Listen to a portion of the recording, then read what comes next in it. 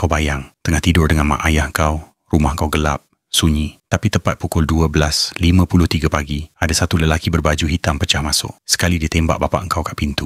Jamie, budak umur 13 tahun ni, terus terkejut bangun. Dia lari cari mak dia, sembunyi dalam bilik air. Tapi sempat ke? Tak sempat, babe. Penceroboh tu masuk juga, pecahkan pintu, ikat Jamie, lepas tu dia tembak mak dia depan mata. Lelaki tu tak kenal pun keluarga ni. Dia cuma nampak Jamie sekali kat bus stop, lepas tu dia dah aim, kepala botak, plat kereta curi, baju hitam. Semua dah siap plan. Jamie kena sumbat dalam bot kereta, dibawa lari masuk hutan. 88 hari 88 hari dia kena kurung dalam kabin terpencil. Kadang kena duduk bawah katil sampai 12 jam, tak boleh bising, tak boleh bergerak. Sebab kalau dia lari, lelaki tu cakap dia akan bunuh. Tapi ni part power dia. 10 Januari, lelaki tu keluar rumah. Jamie terus cabut, lari lintang pukang tepi jalan, sampai jumpa seorang makcik tengah jalan anjing. Makcik tu terus tolong, bawa pergi rumah jiran.